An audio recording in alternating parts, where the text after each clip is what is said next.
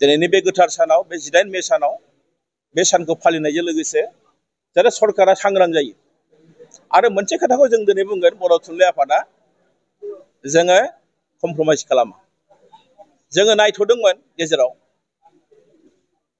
जिहेतु पाकिस्तानजों आरो भारतजों जि मोनसे थासारि फैदों बेखायनो जों स्रि थादों नाथाय जोङो दिनै सरकारनो बे बाथ्राखौ गोसोखांहोबाय जों दिनै मिथिहोबाय जे सरकारनि आसाम सरकारनि बे एक पक्ष जि मोनसे डिसिसन बे डिसिसना मोजां जायाखै बिथांमोना बेखौ उथायनांगौ नोंथांमोना मोननैसो बाथ्राखौ आरो मिथिबावगोन जे 4 लेंगुवेज फर्मुलानि बाथ्रा बिथांमोना बुंदों बेखौबो जों मानिया उदालगुरि जिल्ला बर' थुनलाइ आफादनि मानिजाथाव बोसोनगिरि मुस्रि मानेक बसुमतारी आरो लोगोसे उदालगुरि जिल्ला बर' थुनलाइ आफादनि मानिजाथाव आफादगिरि मुस्रि सुबुंसा मुसाहारि बिथां आरो लोगोसे मानिजाथाव खौरांगिरि नोंथांमोन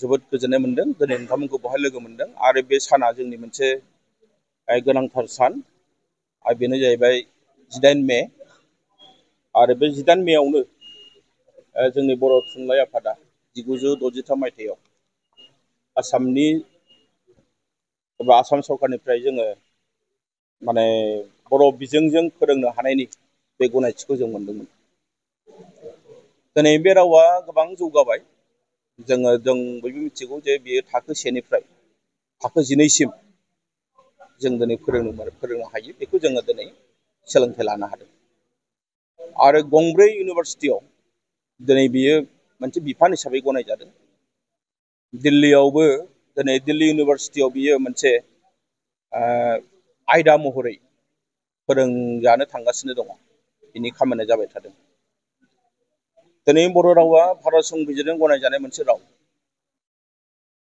आरो बेजों लोगोसेनो भारत संबिजिरजों गनायजानाय मोनसे राव हिसाबै बे बर' रावाबो दिनै भारतनिनो मोनसे राव दिनै जोंहा साहित्य एकाडेमि गोबां बान्था मोननो हाबाय आरो बेखौ जों मोननो हादों जोंनि राव थुनलाइ जोंनि हारिमु जोंनि सिनायथिखौ लानानै आरो बेखायनो जों गोग्गानाय मोनो दा बाथ्राया फैदों मा दिनैनि दिनाव आसाम सरकारा जोङो बिथांमोनखौ सोंखारिनो लुबैयाखै जों सोंखारियाखै नाथाय बिथांमोनखौ जों गोसोखांहोनांगोन जे बिथांमोननि मावनाय दांनाया दिनै बर' रावखौ बर' बिजोंखौ मा खालामनो नागिरदों बेखौ जों बिथांमोननो मिथिहोनांगोन आरो जों बिथांमोनाव जोङो सोंनांगोन बिथांमोना दाख्लैबावै मोनसे आसामनि मानिजाथाव माने रायजो बेंगिरि बिथांनि गेजेरजों मोनसे अर्डार बिथांमोना इसु खालामदों आरो बे अर्डारनि गेजेरजों बिथांमोना बुंनो नागिरदों जे बर' रावा बर' बिजोङा माने बिटिआरआवल' थागोन अब्ला जोंनाव सोंनाय फैदों दायो जे बर' राव बिजोङा जुदि बिटिआरआवल' थायोब्ला बर'फ्राथ' बिटिआरआवल' गैया जोंहाथ' लाख लाख बर' फिसाफ्रा दिनै बिटिआरनि बाहेरायावबो सोलोंथाइ लागासिनो दङ बिटिआरनि बाहेरायावबो दिनै जोंहा बर' राव बुंग्रा दङ बिसोरनि अबस्थाया मा जागोन हाजार हाजार दिनै जोंनि बर' फरायसाफ्रा सोलोंथाइ लागासिनो दङ बिसोरनि अबस्थाया मा जागोन आरो बेखौ नुनानैनो जों दिनै गिनाय मोनदों जे आसाम सरकारनि जि पलिसि बे लेंगुवेज पलिसिया जोंनि थाखाय गिनो गोनां आरो बिथांमोना बेखौ जोंनाव सोङालासिनो हारसिं लादों बेखौ जों दिनै बुंनो लुबैदों दिनै बिथांमोना माखासे अर्डार बिथांमोना इसु खालामदों जाय अर्डारनि गेजेरजों जों बेखौ दिनै गिनाय मोनदों बिसोर मा खालामनो नागिरदों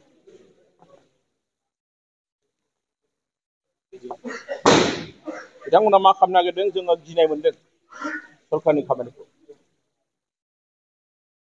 बेवहाय मोनसे लिरनाय दङ बेयाव मोनसे लिरदों बिथांमोना सोर लिरदों सोरनि अर्डाराव फैदों आं बेखौ बुङा बे समाव बिथांमोना नुबानो मिथिखागोन The proficiency will be ascertained throughout Assam for Assamese language. However, in BTR and Bodo-dominated area, faculty may be chosen by the individual college if the proficiency is confirmed for Bodo language instead of Assamese, as the same is also an associate language of the state. For Borak Valley, the proficiency will be tested in Bengali language.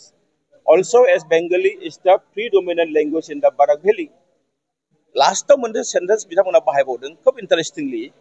However, Assamese will be tested throughout the state. माने बिथांमोना बुंनो नागिरदों जे बिटिआरआव बर' बाहायजागोन, Barack भेलियाव Bengali बाहायजागोन, नाथाय आरो लास्टआव बुंबावदों नङा, नाथाय गासैयावबो एसामिसआनो बाहायजागोन।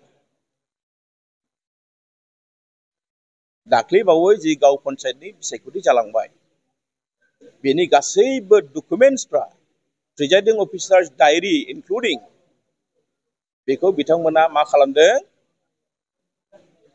असमिया रावजों साफायजोबदों। जायनि थाखाय जोंनि बर' बिजोंजों फरायनाय गथ'फ्रा बिराद जाल्लायाव गोलैदों, इंराजि बिजोंजों फरायनानै जायफ्रानोखि साख्रि मावदों बिराद जाल्लायाव गोलैदों, आरो बिथांमोनखौ मिनिदों जे नोङो आसामाव असमिया रोङाब्लालाय मा खामानि मावनो। बे जोंनि थाखाय जोबोद साननो गोनां। दिनैनि दिनाव जुदि जोङो रायजोफोरनि अर्डारखौ लानानै जुदि बिटिआरआवबो जुदि जों बुङोबा जे बिटिआरनि गासैबो अर्डारफ्रा बर'आव खारनांगौ, बर'जों जानांगौ होनब्ला गाबोननो जोंनि गेजेराव मोनसे केअसनि मोनसे थासारि फैगोन। जों बेखौ लुबैयाखै।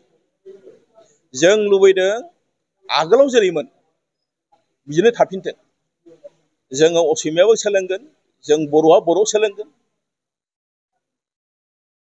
बिटिआरआवल' माने बर'आ मोनथारनांगौ होननाय बाथ्रा गैया, बिटिआरनि बाहेरायाव माने असमियाल' मोननांगौ होननाय बाथ्रा गैया। आगोलनि जे मोनसे मोजां थासारि बेखौ लाबोफिन सरकारा।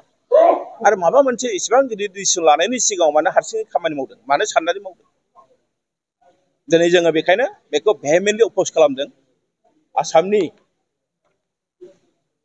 आसामनि रायजो बेंगिरिया जि मोनसे अर्डार इस्यु खालामदों बेखौ बर' थुनलाइ आफादा जोङो भेहेमेन्टलि जों बेखौ अपोज खालामदों आरो बेखौ उथायनांगौ होननानै बर' थुनलाइ आफादा दिनै जों दाबि खालामदों।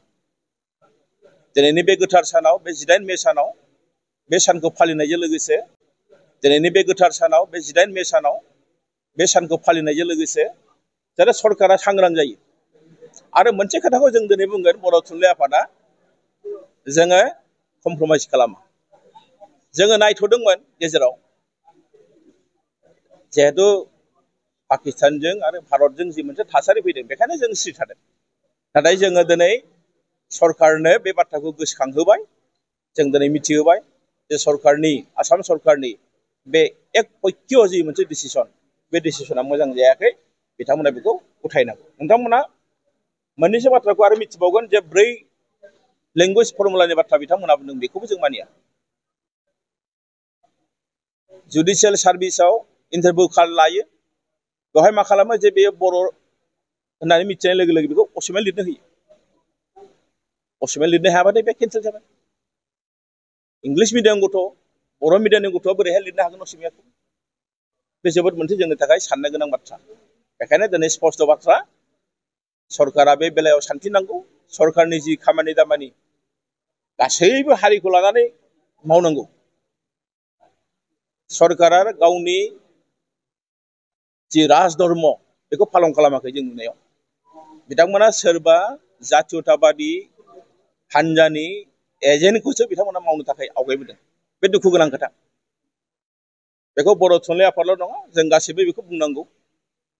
आसाम सरकारनि बे जि मोनसे पलिसि, बे पलिसिया जोबोद दुखु गोनां बाथ्रा। आरो बेजों लोगोसे नोंथांमोना नाय जे बर' बिजोंनि जेब्लानाखि फरायसालिखौ जोङो बुङो जे प्रभिन्सियेलाइज खालामनांगौ बिटिआरनि एकर्डनि गेजेरजों। बिटिआरनि सिङावथ' ओरैबायदि जाहैबाय जे बर'जों लोगोसे एसामिसाबो थांफागोन। आसाम सरकारा बिनाय मथे जि मोनसे बाजेट एप्लिकेसन बेखौबो होबाय जोङो। जेब्लानाखि बाजेट एप्लिकेसनखौ नुबाय जे more than 200 crore आसामनि सोलोंथाइ मन्थ्रिया बागदावखांबाय, इसे बुरजा फैसा बोरै होनो। व्हेरेस बे मेटारखौ इडुकेसन मिनिस्टारा जों मिथिनायाव सिएमनो खोन्थायाखै। दाथ' बाजेटआबो जोबलांबाय, आसाम एसेम्ब्लियाव बाजेटआ जलांबाय, बिटिसिएलआवबो बाजेटआ जलांबाय। जों मानसिफ्रा आसा खालामनानै दङ जे फरायसालिखौ लागोन होननानै। खिन्थु आसाम सरकारनि जि मटिभ, बे मटिभआ 6.3 खौ मावनायाव गैया। जों बेखौ नुनो मोनदों। बेखायनो खावलायगोन बे बेलायाव जे बर' थुनलाइ आफादनिफ्राय जों दिनै स्पष्ट जबाबै सरकारखौ बुंदों जे बिथांमोननि जि माखासे नीति बिथांमोना जि पलिसि लादों बे पलिसिखौ बिथांमोना उइड्र खालामनांगौ नङाबा जोंनि गेजेराव गोरोन्थि साननाय फैगोन बिटिआरनि बाहेराव माने बर'आ गैया होननाय बायदि बिथांमोना खालामनो नागिरदों माने बर'फ्रा बिटिसिनि सिङावल' दङ बिटिआरनि सिङावल' दङ बर'फ्रा बेनि बाहेरायाव गैया बे जोबोद दुखु गोनां बयनिसिमबो साबायखर बावदों आरो दिनैनि बे गोथार 18 मे बे 18 मेनि नोंथांमोन बयनोबो साबायखर बावहरनानै जोंनि बे प्रेस मिटखौ बेयावनो फोजोबबाय गोजोन्थों।